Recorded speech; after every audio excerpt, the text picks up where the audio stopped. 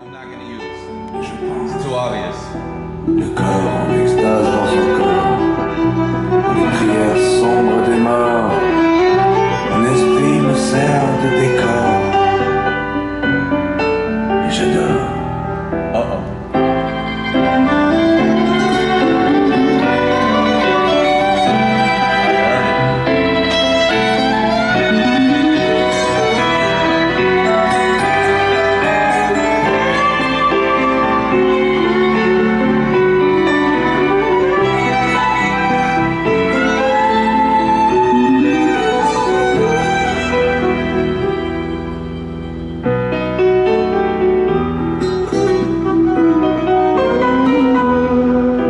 Et le vent m'entraîne. You see, nothing, nothing. You see, nothing, nothing. You see, nothing, nothing. You see, nothing, nothing. So let's say you go by J Doe Dee, right? As J Doe Dee, yep. as an artist. Where did that the name like originate from? J Doe Dee came out of a studio session in Dominguez Hills where I was in studio with Blue, BLU. Early years, he was working on his first kind of debut album. I think it was unsigned. Really, he was managed and all that stuff. Yeah. I was DJing for him at the time.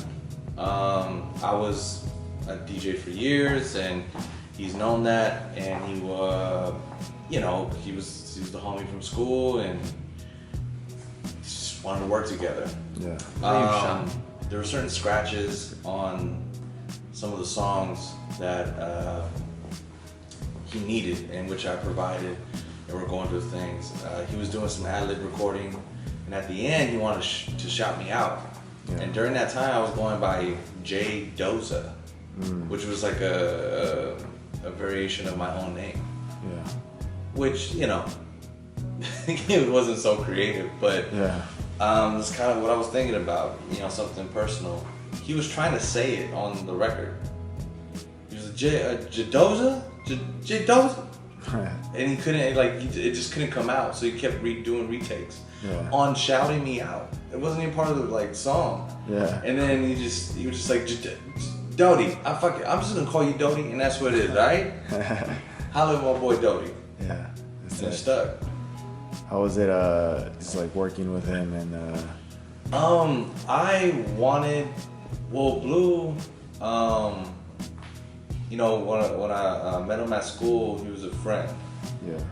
Just a mutual friend that had mutual interests in music, hip hop, b-boying, graffiti, like the whole deal. It was a crew of us that we would just hang and chill, and just, half of them is breakdancing, the other half is beatboxing and rapping and all that stuff, and we were just a part of that.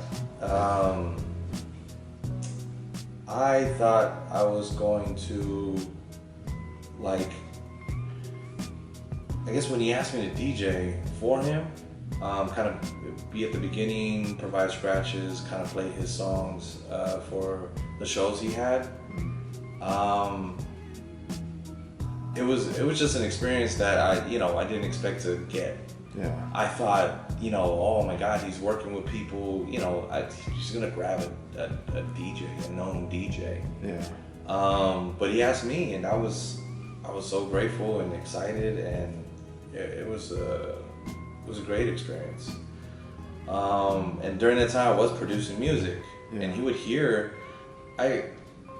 believe it or not, he would actually be at my mom's crib,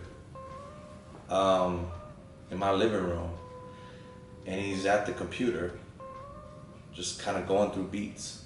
Yeah. And he would kind of vibe out to some of them, and maybe start writing to some of them or whatever. But he would just kind of pick them, and they don't ask me questions like, "Is it Joe Day?" And just I was like, "Man, this one's good." I'm like, "Oh, cool." And I just watch him kind of work, and then that was it. Nothing really came of any of the tracks or anything. He didn't like record any of them or anything like that. Yeah. But I do have like I think 3 recordings on like 3 of my old beats that he just chose and vibed out on. One he decided to use as a snippet at the end of one of his tracks of his first album. Yeah. And I thought that was like, oh my God, I can't believe, like, you know, I was just a part of that in that way. And that was dope.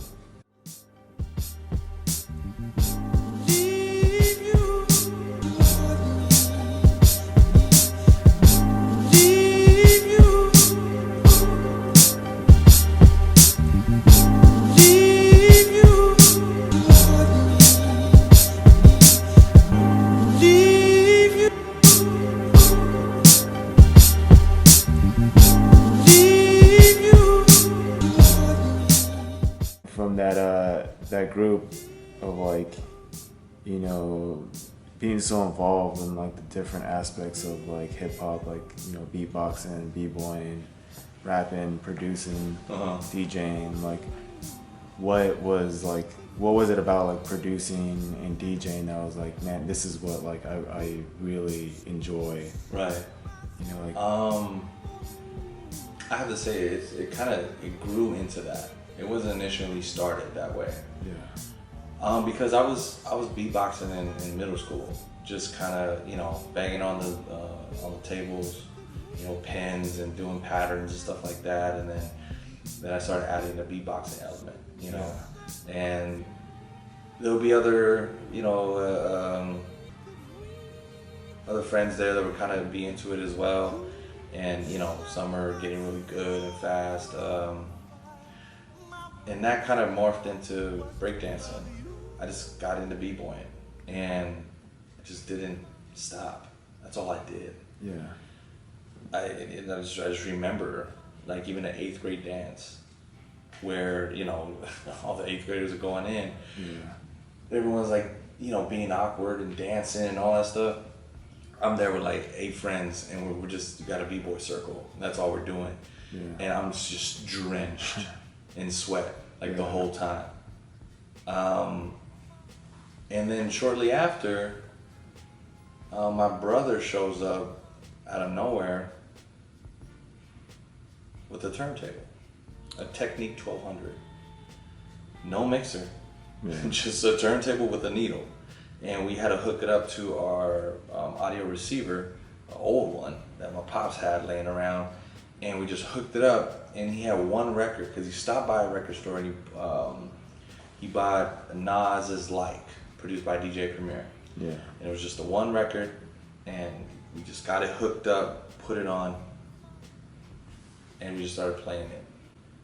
And then it just goes. And it just started breaking down. Nas, like, and we were at that point, then we started touching the record like crazy. Yeah. We just wanted to, and just scratching and all that stuff. We didn't know if we were messing it up or whatever. It was a change in direction now.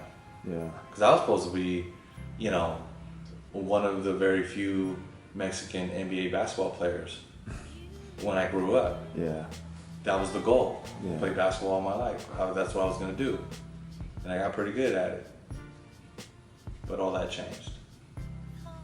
And when I started getting into that DJing realm of it, then obviously DJing and producing is very hand in hand. Yeah. Once I started learning the DJ and the aspects of that, how to blend records, how to time it, how to mix it, how to scratch on time, and then everything make sense live at a party. That slowly turned into like my teacher who taught me how to DJ, Jose Blue Bundy. He once all that turned, he introduced me to a program, just a music editing program. Yeah. Called Vegas Pro. And those who know about Vegas Pro, it's not just the main function is not audio editing. like Pro Tools or Ableton, everything that's out there now, it's ready for video, for video editing. And then you have the functions for audio to be able to manipulate and all that stuff. Yeah. I didn't know that. You say you can manipulate audio. So I started importing tracks and samples and, you know, getting drum kits burned on CDs, and I could take them and put them in a computer and all that. And then I had a friend during that time named Anthony Rios, and it was called Radio, because he was actually a genius in beatboxing. He was just amazing at that, and he was the one that kind of launched my producing interest. Sure. And like at the ground floor, I mean, he would spend the night at the house, we'll mess with this program, and he learned it before I did. Yeah. And then he would show me stuff, and then we'll kind of go back and forth, and he introduced me to sampling, and that's where all that derived from, and we started creating. What circle was this? This was, I'll have to say, maybe 99, 98. So at this time you have the Source is live, you have Double XL, you have all these different things that are playing a part in just music in general, right? For everyone. Oh yeah, absolutely. The obsession of what was happening during the time. I mean, you had the Source, you had Double XL, you had the Basement. Yeah. You know, you think back, watching MTV, BET, music videos was a big thing too. Constantly recording like everything, all the music videos that I could on VHS. I would just have collections of stuff. It was just it was a golden time for hip hop. Oh my goodness. Yeah. And even though many may say it wasn't, it was turning. It was a turning point. As soon as the 2000 hit, you know, people would say, "Oh, hip hop has changed. It wasn't like the old school, you know, from Tribe to Daz Effects, that kind of element." Early '90s, mid '90s, first Nas album, first Jay-Z album, like all that stuff, like, you know, had a feeling to it. But when the 2000s kind of hit, obviously there was a shift. Shift in sound, shift how things were they were produced. They were brought up to light. Hit singles were a thing, like starting to become a new thing where, you know, a new artist will come out. They need to have like 3 hit singles, and the rest could be dog shit. It doesn't matter. Yeah. Body of work was kind of the last thing you're worried about, because it's like, oh no, we need that one. And then that will launch everything else, and you get millions of records sold and all that stuff. So it was definitely during the transition, as I was transitioning from the way I was learning music and the history of it into this new era. Would you say, like, during that time, I want to touch a little bit about radio, because that was actually one of the questions I had, so it's cool that you asked. Sorry, just real quick, I'll chime in real fast, but with radio, give me a little more background on that. Like, how did that relationship happen? Who met who first? Was it radio met you first, or you met radio first through the likes of someone else? Like, how did that relationship happen? Because I know that was a vital part of your life. Right. I know radio being a part of your life. Oh yeah. How did that happen? You know, to be honest, I don't remember. What I remember is just being. It just started happening. We're hanging out at school, because, you know, it was just like something that just already existed. His interest and your interest just It aligned together. It aligned right away. So, like, to be honest, when I really think about like that first initial introduction, I really don't know. It's almost like if it was just always a part of my life. Yeah. And it just boom, it just existed like a dream. Did how it Blue know starts. him already too? Did Blue know? Oh yeah. Because so radio, Blue, Well, and because I knew San radio. Pedro natives. You guys are all dro. Yeah, we all kind of had our relationship with San Pedro. I know Blue lived in other areas as well with other members of his family, but you know, he had family in San Pedro as well, which you know that's where he went to high school with, and everything kind of grew more and blossomed in high school because I knew radio from before then, and that was another you know. Another reason why that you know he was very much a part of the daily grind of just making music, and I learned so much from him, just the way he did things, the way he manipulated samples. It was quite it almost seemed unreasonable because when I would try to emulate what he did, I couldn't do it. I just literally couldn't do it, and it would just be so clean. It was so meticulous. The drums just made sense, even though I had access to the same drums. I couldn't get it sounding like he did. I just never understood that then. You know, I understood now. He was just that advanced. What I, you know, grew into learning how to do it a certain way. He was already there. And so it just allowed me to kind of piggyback off him and be like, man, and just kind of grow and give each other knowledge, and of course get into middle school drama and fun and all that stuff. And yeah, we had a bunch of good moments and time together. But I would say when high school hit, that's when it kind of blossomed. Like a lot of those, you know, middle school and elementary schools and all the kids that kind of grew up when they came to San Pedro High, it was like, oh, we all can meet, we can hang together. And there was different grades of it. There was from the freshmen to the senior. Like everyone was just a part of that group, and it just made sense. Come on, if in Paris. Come on, if in Paris. Come on, if in Paris. Come on, if in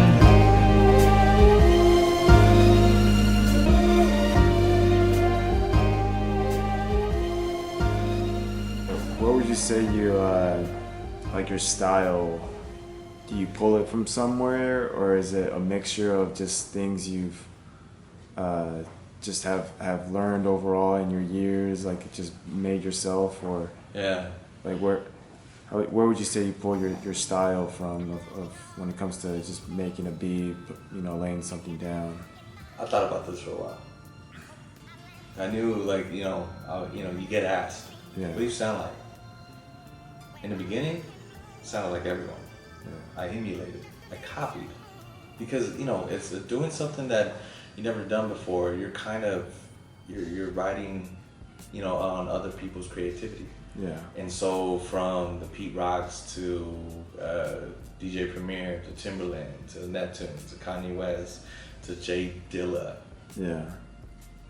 I was really emulating. You know, I wanted to be like Madlib. I wanted to be like Large Professor. I just, because they brought out an emotion out of me through their music, that I wanted to do the same. And I think through that allowed me to find my own sound. Like I would say, there was times where people compare me to Kanye West or Ninth Wonder, especially because the way I chop my samples. But there is also an altercation, just an alteration with that vibe. And over the years, I've definitely thought about it. So simply said, my style is cinematic, orchestrated soul. That's J Doe Dee. Do you think Kanye came first, or your sound came first? I think Because you remember hearing Through the Wire. I know. What did you feel like? Wait, that sounds really familiar. Well, it sounds. It's when I heard Through the Wire for the first time, it sounded like, oh, they do like the sped up sample voice. They do like it. It works. You know, because I was kind of all right. So the program I was using, I was able to manipulate samples, but I didn't know all the tips and tricks of how to really do that. Yeah. So at first I was just getting the sample, and there was a simple 8 count that I liked. I would just stretch and bend the tempo, the pitch, and I would match it to the BPMs that I wanted at, you know, and then I'll place it there. I'll add drums, and I had no MIDI keyboard or bass guitar or anything like that. So there was no bass on my beats, and I didn't even know at the time that how you can manipulate the sample to create a bass line. I didn't even know how to do that. So like the first probably 300-400 beats, it's just drums. And it was really basic, you know, doing all that. So when I would mess with the pitch of the sample, I would grab old songs that are slow, and I gotta speed them up, get them up to tempo, and they all sounded fast. And when voices will come in, and they'll sound like chipmunks. And I just grew to learn to love it. That's what I had. And then over the years, you know, when you hear, because a lot of the voice samples that were used from the late 80s to the 90s, especially like, you know, like groups like Wu-Tang, the RZA, using certain soul samples, you know, he would get them, but they would sound like the original. They weren't sped up or anything like that crazy where it sounds like chipmunks or anything like that. It would sound like the way, because I mean, he wanted to sound very melodic and raw and rugged. I didn't have that privilege. Well, not yet. I didn't learn it. So all the samples I had just sounded sped up. So when Through the Wire came out and dropped, it was like validation. I'm like, they do like it. I'm not tripping, because when I think it sounds good, you know, it does. And because I'm glad you said you would say it's like cinematic, orchestrated soul.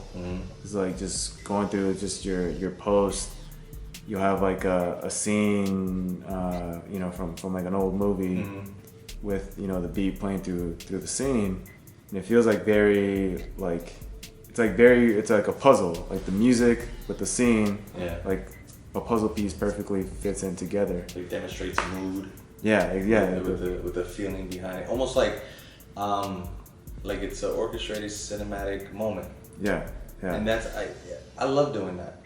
When I get someone talking in a scene, they're doing a monologue and they're speaking, you know, someone wrote it. Someone wrote it out, and maybe not. It's like it's not the actor that, you know, that wrote it. As a writer that wanted to relay a story.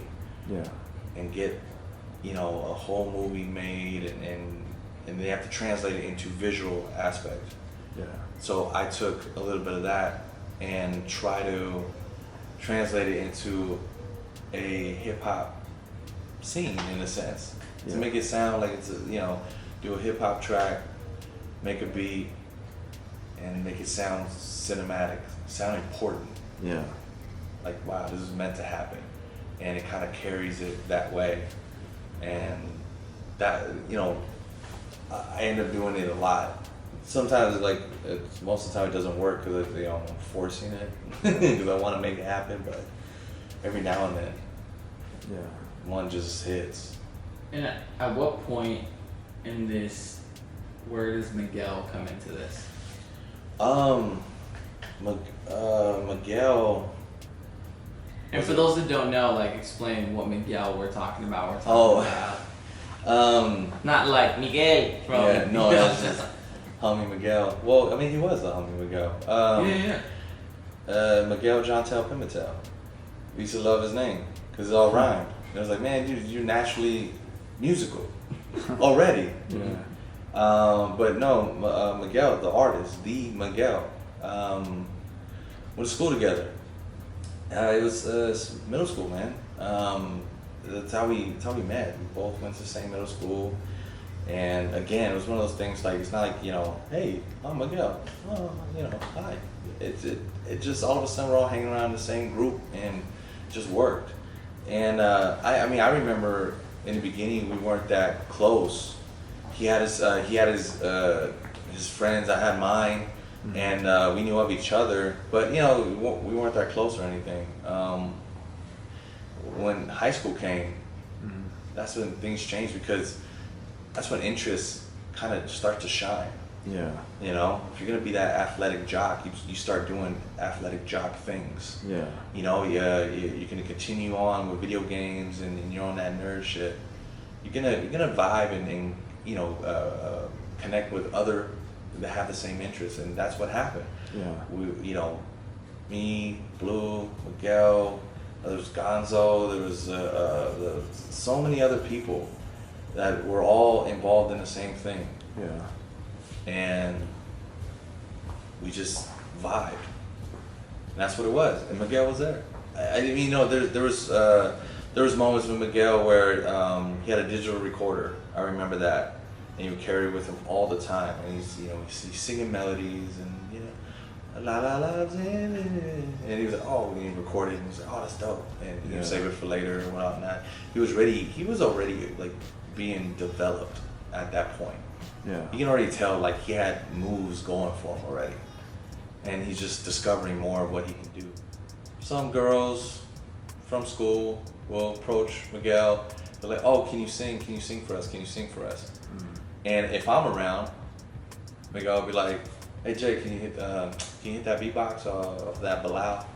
Yeah. Can you hit that beatbox of Bilal? How'd it go? Yeah.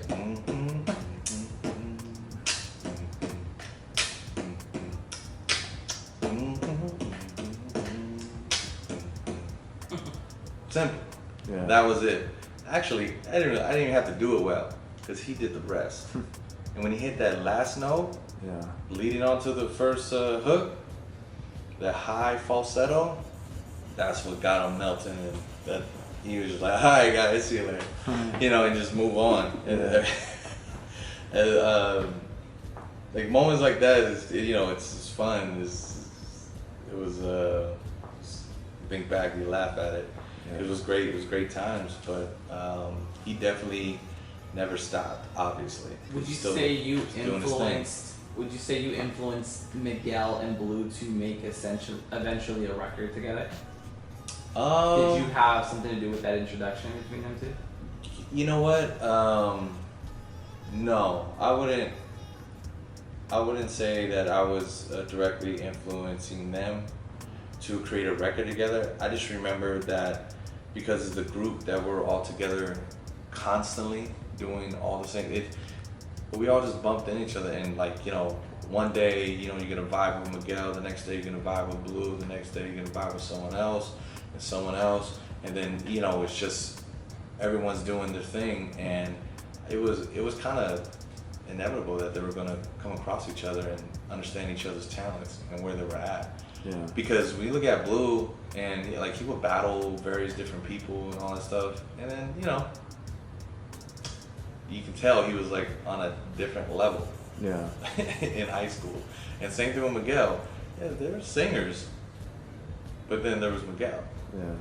And that's what made the difference. So that collaboration was bound to happen.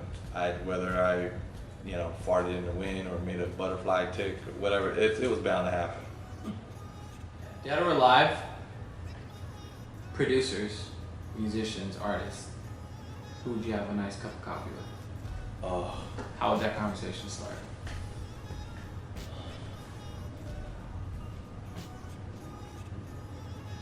it's tough because I gotta choose one. Yeah.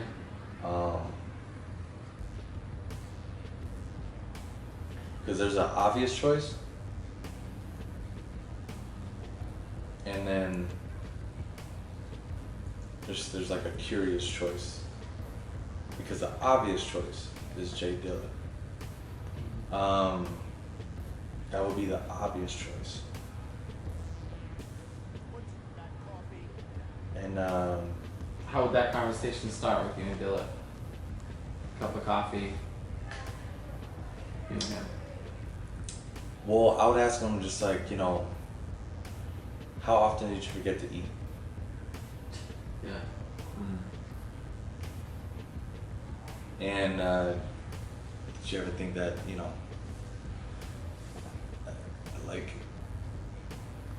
do you ever think that was the reason why he was able to take it up a level?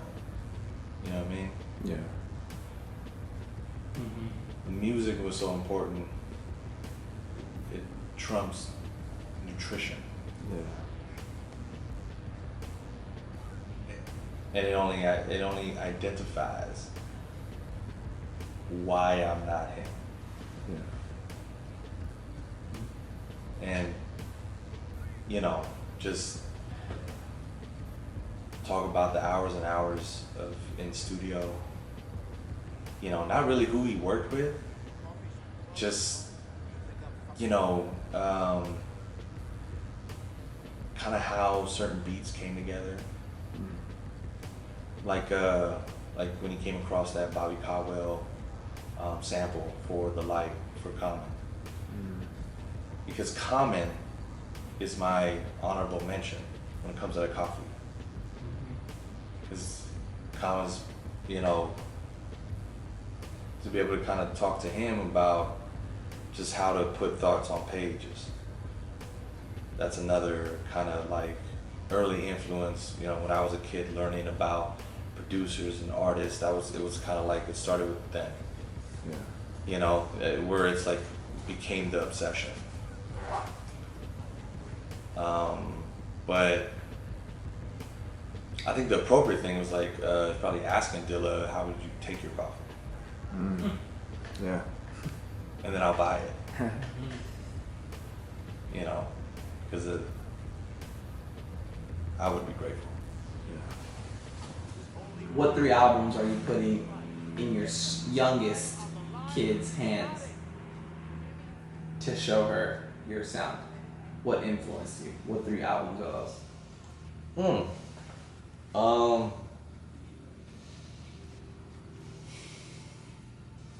Well, one, it won't make sense. It won't make sense, but I would put Pete Rock, CO Smooth, Main Ingredient in her hand. Boom. That'd be one. Probably would toss her, disown me, but like that's gonna be one. I'm gonna put in there. Another album that would be more, I would guess, recent company. It would be Jay-Z's Blueprint album. Boom. It's like, all right, you got something from an era that I grew up with. You have something else from another era that I like grown with, and then I'll give her Raw Sugar the Process, Nice. which is my Roll Fresh debut album. Yeah. Yeah, it was just, you know, it was just like, here you go. Nice. You know, 2 that makes difference to millions, and 1 that made a difference in mine.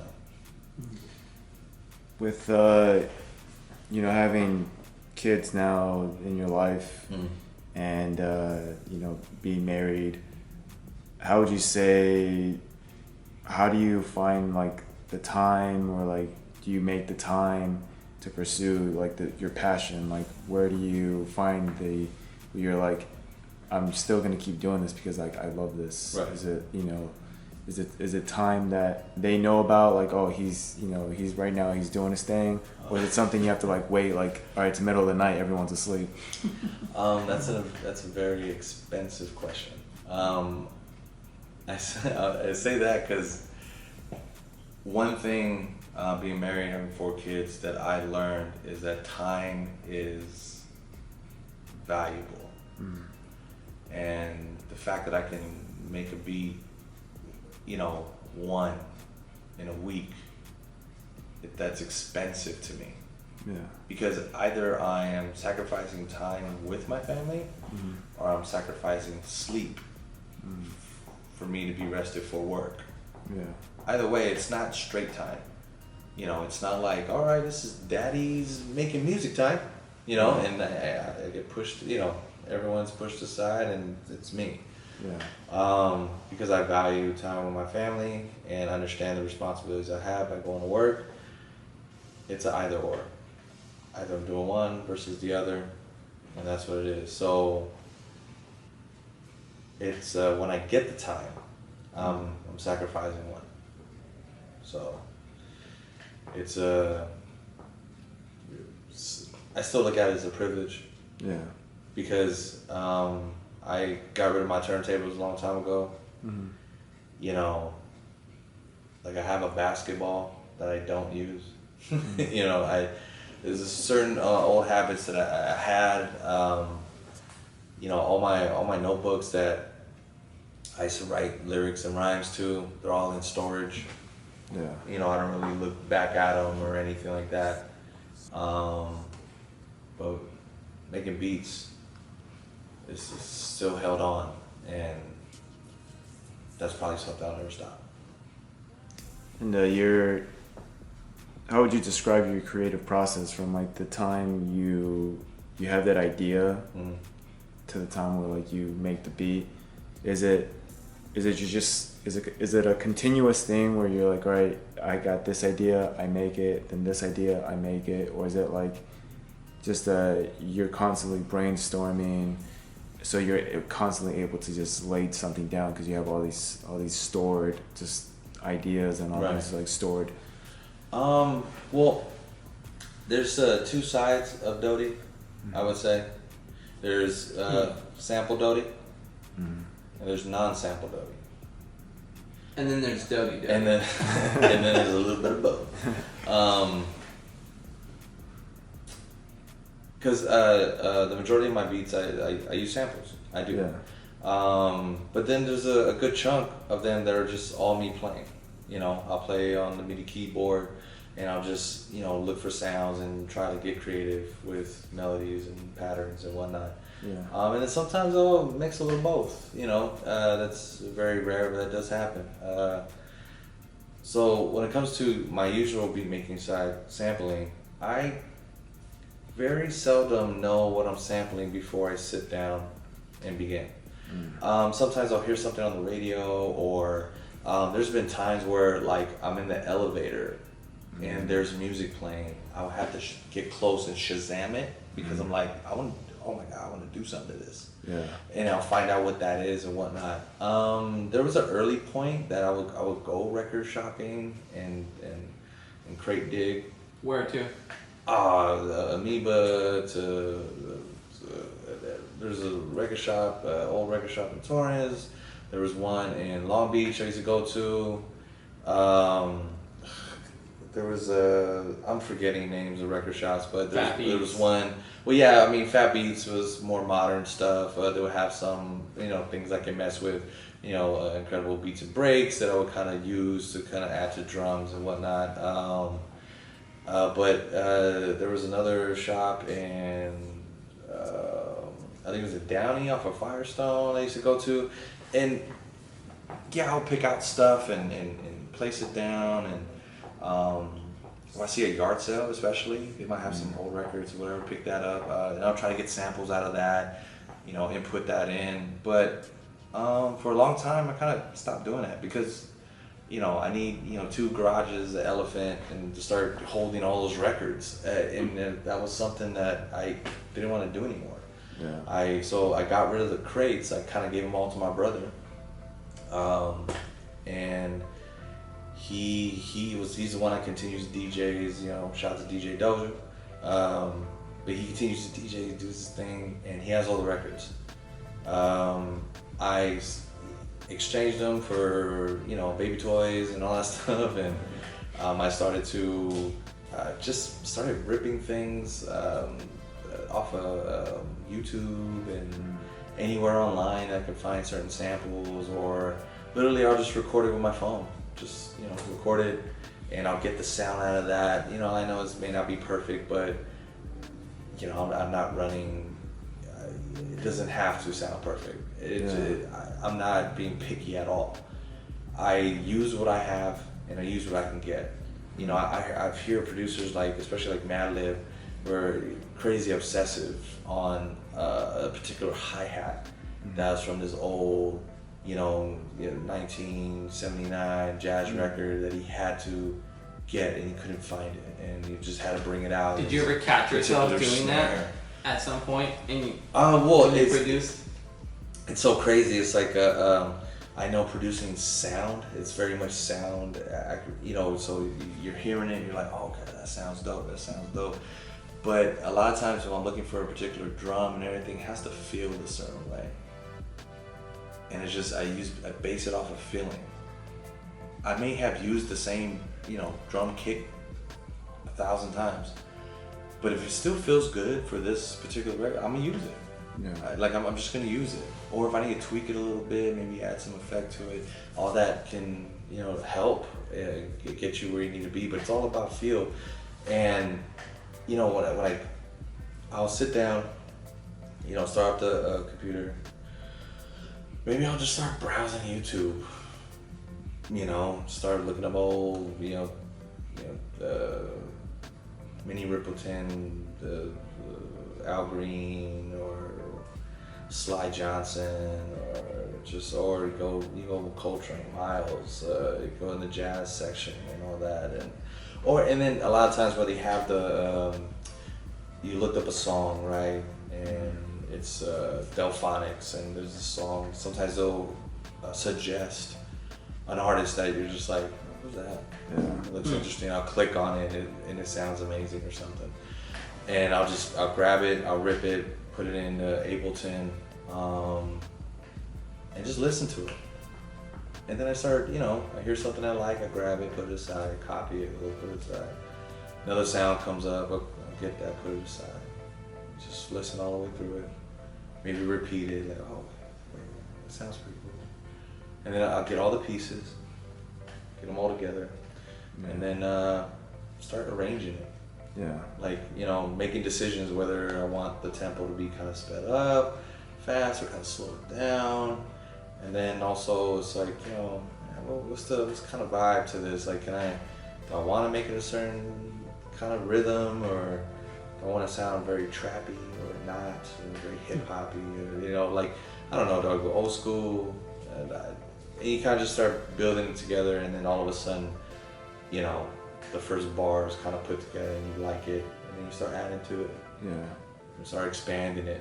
And then maybe you want to I can use some strings on this, and you get some strings, you start playing it, and it just adds a little bit to it. Or you just leave it alone. Yeah. And just add bass and boom, call it a day. When it comes to non-samples, I usually spend an hour going through a bunch of different sounds, playing certain things.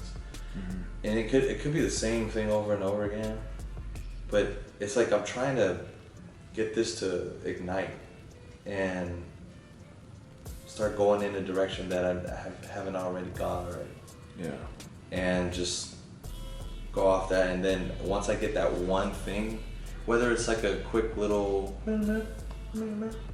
or something that's very melodic or just swaying, I put it down, I record it, and then I start adding, and then start building off of that, and then it just expands, becomes something. Maybe I like it, maybe I scrap the whole thing and start over. You really don't know, and that's how I mainly like to go into making beats. Yeah. Not really prepared, not really have anything in mind. Just turn it on and start playing something and see where it goes. Get curious. Yeah. It's weird. I was working for the Boys and Girls Club of San Pedro. And I was actually doing their DJ program at the time. And one of the things that they brought into the room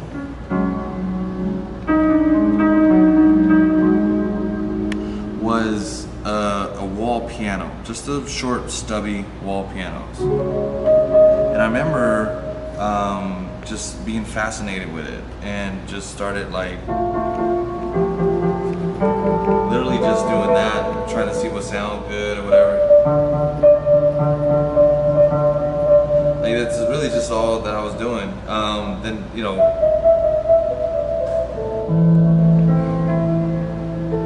and then when you learn the beginning of that, I, you know,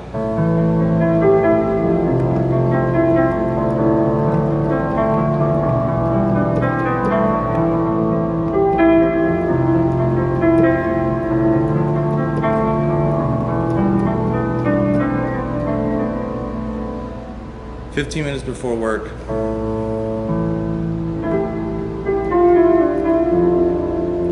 15-minute work after work. Just playing with it. How many years? Probably like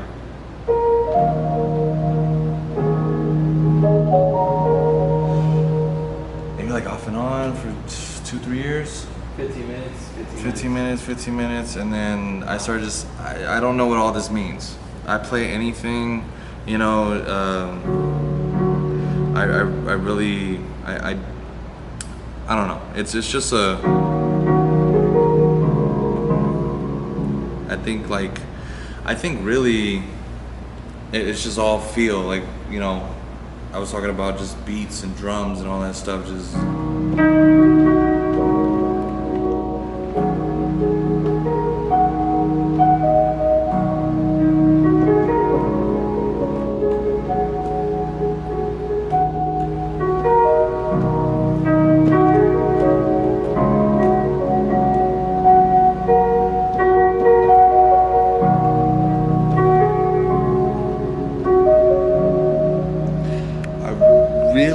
I can sing.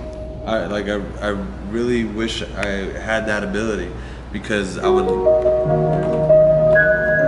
just love to just mess around with it and do all kinds of variations of it. But it was literally 15 minutes before work, 15 minutes after work, with that stubby piano, learning whatever I could learn from the kids, mind you, like literally from the kids.